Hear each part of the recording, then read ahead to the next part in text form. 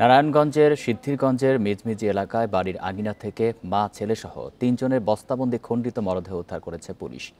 নিহতরা হলেন লামিয়া আক্তার, তার ছেলে আব্দুল্লাহ ও বড় বোন স্বপ্না। এ ঘটনায় জড়িত সন্দেহে স্বপ্নার স্বামী ইয়াসিনকে আটক করা হয়। পুলিশ জানায় সকালে একটি বস্তায় হাত দেখতে পেয়ে এলাকাবাসী তাদের খবর দেয়। বান্ডেল থাকলে প্রতি সেনমানিতে টাকা বাঁচবে। বিকাশ সেনমানি বান্ডেল কিনে জিতুন প্রতি লেনদেনে। এ নিয়ে আরও জানাতে ঘটনাস্থল থেকে যোগ দিচ্ছেন সহকর্মী রাকিবুল হাসান। রাকিব, এই হত্যাকাণ্ডের কিভাবে হয়েছে সে বিষয়ে কি জানা গেছে, আর যাকে গ্রেপ্তার করা হয়েছে ইয়াসিন, সেই হত্যাকাণ্ডের ব্যাপারে কিছু বলেছে কিনা, পুলিশ কি বলছে? দেখুন, ইয়াসিনকে পুলিশ সন্দেহভাজন হিসাবে এই লামিয়ার যে স্বামী ইয়াসিনকে পুলিশ আটক করে কিন্তু এখন জিজ্ঞাসাবাদ করছে। কিন্তু প্রাথমিকভাবে তারা পুলিশ অনেকটা নিশ্চিত হয়েছেন যে হত্যাকাণ্ডের সাথে ইয়াসিন জড়িত আছে। আপনাকে জানিয়ে রাখতে চাই যে এই ইয়াসিন সে মাদকাসক্ত এবং দীর্ঘদিন সে কারাবন্দী ছিল।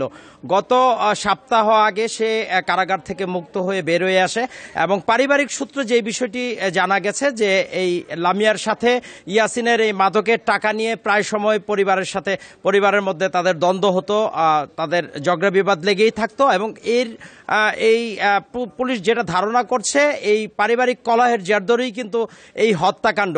আজকে এই ৩ জনকে যে হত্যা করেছে সেটা আমি যেই বাড়িতে দাঁড়িয়ে আছি এই বাড়ির নিচের একতলায় কিন্তু তারা গত 10 দিন এখানে ভাড়া এসেছিল এবং গত 2-3 দিন আগে পুলিশের যেই ধারণা এখানে এই নিচতলার এই রুমটিতে তাদের হত্যাকাণ্ড করে পাশের যেই আঙিনা আছে বাড়ির সেখানে কিন্তু বস্তা চাপা দিয়ে দ্বিখণ্ডিত করে এই 3টি মরদেহ বস্তা চাপা দিয়ে রাখা হয়েছিল এবং আজ সকালে দুর্গন্ধ ছড়ালে আশেপাশের লোকজন যখন এই সুরকির বস্তা সরিয়ে তখন কিন্তু একটি হাত দেখতে পায়। পরবর্তীতে পুলিশকে এই বিষয়গুলি জানানোর পর পুলিশ এসে এই দ্বিখণ্ডিত প্রায় 5টি বস্তায় এই মরদেহগুলি উদ্ধার করে এবং সেগুলি মর্গে পাঠানো হয়েছে এবং এর পরবর্তীতে পুলিশ কিন্তু কিভাবে এই হত্যাকাণ্ড ঘটলো এবং কারা কারা জড়িত এবং কি কারণে এই হত্যাকাণ্ড পুলিশ কিন্তু তদন্ত, পুলিশ সহ অন্যান্য গোয়েন্দা সংস্থা কিন্তু আমরা দেখেছি যে তারা সেই হত্যাকাণ্ডের মূল রহস্য উন্মোচন করার জন্য তারা কিন্তু ইতিমধ্যেই তারা কাজ শুরু করেছেন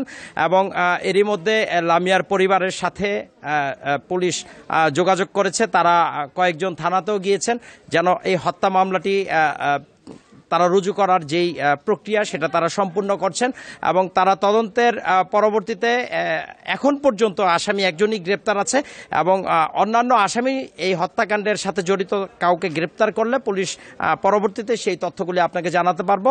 এখন লাশ মর্গে আছে এবং ময়নাতদন্তের জন্য লাশ মর্গে পাঠানো হয়েছে। তো এই ছিল আমার কাছে মিজমিজি পশ্চিম পাড়া থেকে 3 হত্যাকাণ্ডের সর্বশেষ তথ্য। নারায়ণগঞ্জ থেকে জানাচ্ছিলেন সহকর্মী রাকিবুল হাসান।